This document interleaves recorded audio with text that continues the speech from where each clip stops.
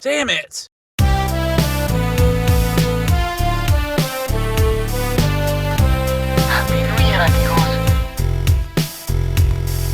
I really thought that Mattel was going to try to turn things around this year. I really did. Sometime in late 2020, Papuchele Malay on Facebook leaked a list of upcoming Barbies for 2021, and to me it sounded like they had a pretty solid lineup. That list included a new Elvis Presley Barbie, a new Lucille Ball Barbie, a Dia de Muertos Ken, a Superstar Christie reproduction, and this Lunar New Year Barbie was also on the list. So I had extra high hopes for Mattel coming into 2021, and I was super excited to find out that they were planning to use the Generation Girl Mariko head sculpt for this Barbie instead of using the Leia or the Kira or one of the other head sculpts that they typically use for an Asian themed doll. Now let me make one thing clear about myself. I am never, under any circumstances, ever going to buy a doll that I don't actually want to be part of my collection. I have been too poor at too many points in my life for that to make any sense. It makes me absolutely furious whenever I watch somebody on YouTube and they're like, I hate everything about this doll, I don't even know why I bought her. Well, why did you buy her? Why did you waste money on what is essentially plastic? It is such a luxury for anybody to be able to afford material possessions like this, because what this essentially is plastic in the vague shape of a human. So why would you waste your money on one that you don't actually want? And if I'm going to be wasting my money on plastic, I want it to at least be good plastic. I just got done unboxing Rainbow High's Kaya Hart from MGA, so I still have that doll fresh on my mind, and she was only $10 less than this Barbie signature doll. So I'm really curious to find out how Mattel justifies the $50 price point. I mean, I can tell right away, the presentation is nice. Here's a look at the inside of her box. You can see it's primarily red and gold with little pops of blue in her outfit. And her black hair against the dark red background makes her pale skin really pop out. It's got these three-dimensional cardboard flowers around it that are a really nice touch. You can see her stand in the corner. I really wish that they would have found an easier way to hide that.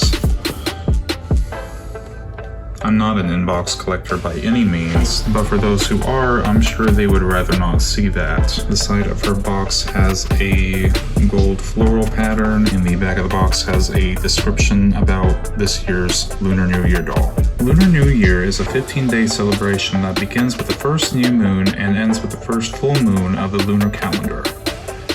The holiday is filled with festive performances and lucky red decorations, which symbolize prosperity and abundance. On New Year's Eve, families gather to celebrate with food, fireworks, and time-honored traditions.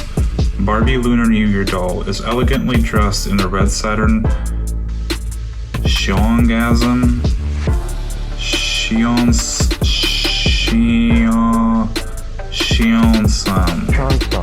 with a peony print symbolizing prosperity and good fortune. Her dress is finished with a delicate teal trim and Chinese knot-style buttons, while gold and teal tassel earrings, a stylish bracelet, and chic heels complete her look. Honoring the history and beauty of the holiday, may Barbie Lunar New Year doll become a cherished tradition in celebrations to come. Need assistance? In the US and Canada, service.mattel.com or 1-800-524-8697. I sure as hell did call that number. I'll let y'all know what happened at the end of the video. So let's get this doll out of her packaging so we can get a better look. So here's a Lunar New Year Barbie straight out of her packaging. My biggest gripe with this doll, I'm going to go ahead and address first thing in the video. Mattel is giving $50 Barbie signature dolls Pixel Face.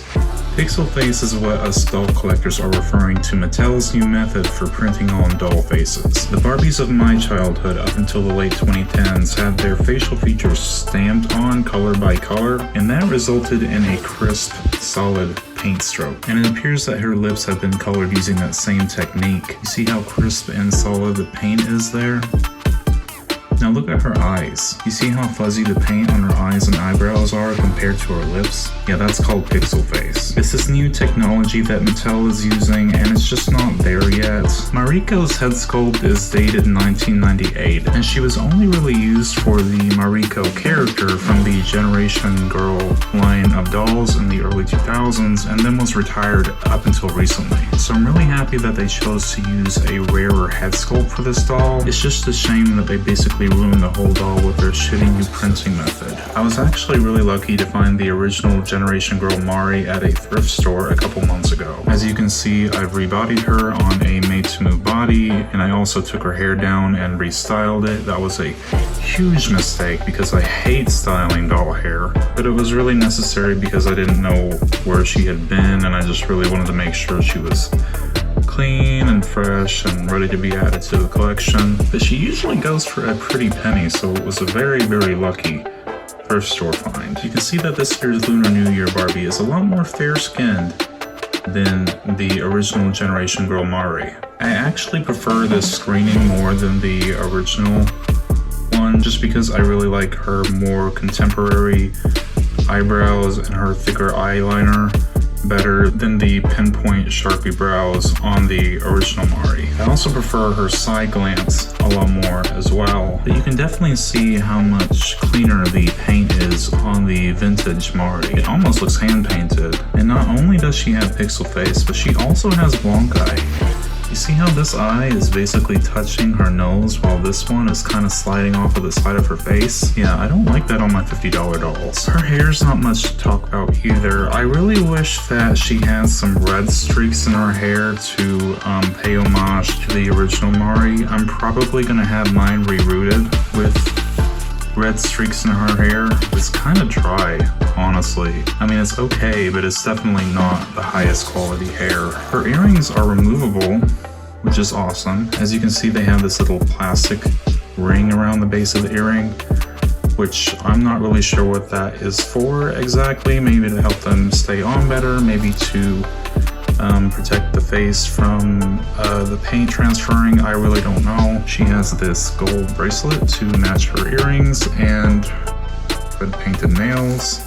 Her dress is really pretty. It's like a ruby red color with all these colorful oriental flowers printed on there. It's got blue ribbon detail on the side. Looks really good against the red, and it velcros in the back. It's all just one piece. Her shoes aren't really anything to write home about either, but I definitely wouldn't get on her bad side. Her earrings are definitely my second most favorite thing about her, other than her head sculpt. I don't think that we've ever seen this earring mold before on a Barbie. Now she is on the Model Muse body, which I kind of have a love-hate relationship with, because I feel like Mattel kind of uses this body sometimes as an excuse to not give dolls articulation. Because it looks really good in box, and it's great for in-box collectors.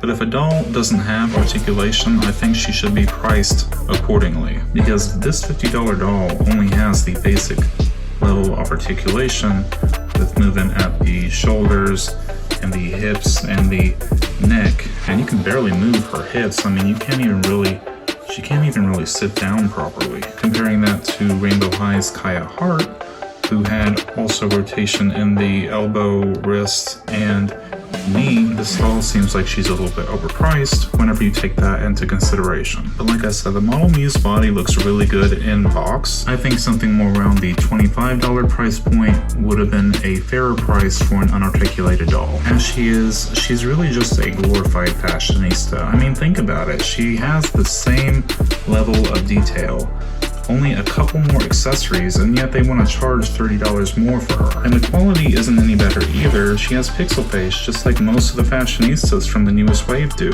Mariko has been seen recently on the Christy Lim designer Barbie doll, and also the blue chromatic couture Barbie designed by Carlisle Nuera for the canceled 2020 Barbie convention, which are both two of my grail Barbie dolls, just because I really love Mariko. It just sucks that she usually gets the short end of the stick by getting pixel face. And if you all plan to rebody her like I do, I am happy to report that she is basically a perfect match for the purple top made to move body, which also means that she is a perfect match for the curvy made to move yoga, and that also means that she is a good enough match for the tall made to move Barbie with the tango head sculpt from the second wave of BMR 1959. Personally, I would really like to make her petite, because these vintage Barbie heads tend to be a lot smaller than the more contemporary Barbie head sculpts. As you can see, compared to this newer fashionista, how small Mari's head sculpt really is. So that's why I think that she would probably work best on either an original size body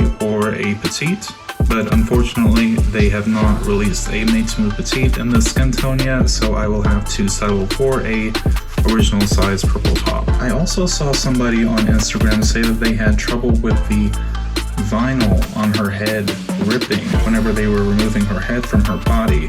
And I never really had that kind of trouble with my Barbie dolls. I usually heat them up with a little bit of warm water before I take their heads off, unless I really don't care about keeping the body, and then I just yank it off. I just thought I would mention that, so if you are going to rebody her like I am, maybe be a little bit more careful this time, because apparently her head is made out of a little bit cheaper plastic. Y'all, her wonk eye is really bothering me.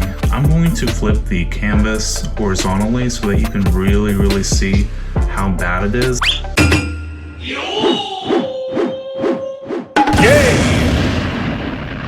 The winner is MGA!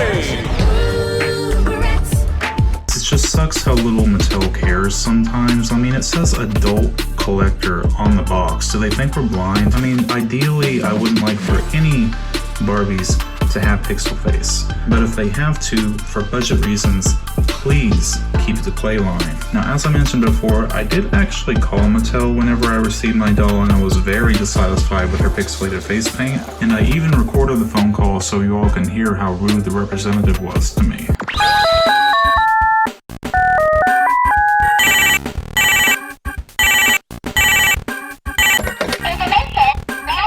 Yeah, I was just calling because I received my Lunar New Year Barbie the other day, and...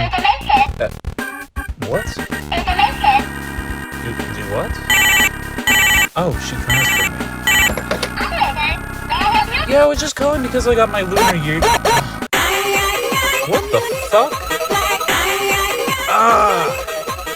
I mean, I get that I'm calling and complaining to you about literal plastic, but come on now. She didn't have to do me like that. I'm just kidding. I didn't actually record the phone call, but the representative was actually really nice to me, and she offered me a full refund for how dissatisfied I was with my purchase. She couldn't offer me a replacement because the doll was just released yesterday and they didn't have any current stock available, which is fine. I'm sure if they would have sent me another one, it would have been just as bad or worse. Again, if you all are interested in this doll, please wait on a sale of some kind, because she really isn't worth it. I mean, the Barbie Extra dolls are $20 cheaper than this, and they have articulation, they have more accessories, they have metallic accessories. She's beautiful, but she is not worth $50. There's no argument there.